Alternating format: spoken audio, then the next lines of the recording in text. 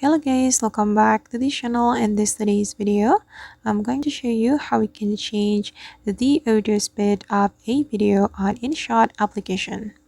Okay, let's get into it. Here I have created a project on my Inshot application, and for example, I'm going to change the audio speed of this video.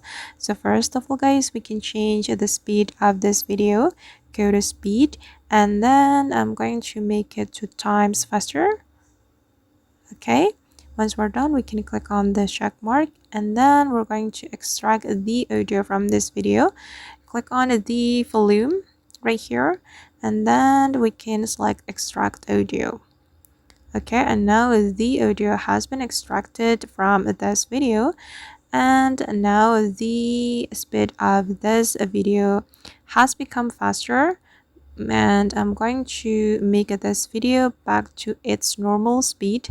So I'm going to click on the speed, and then I'm going to select normal or 1, and we can click on the check mark, and now this video is still in the normal speed. Meanwhile, the audio has been faster, and I'm going to show you the result.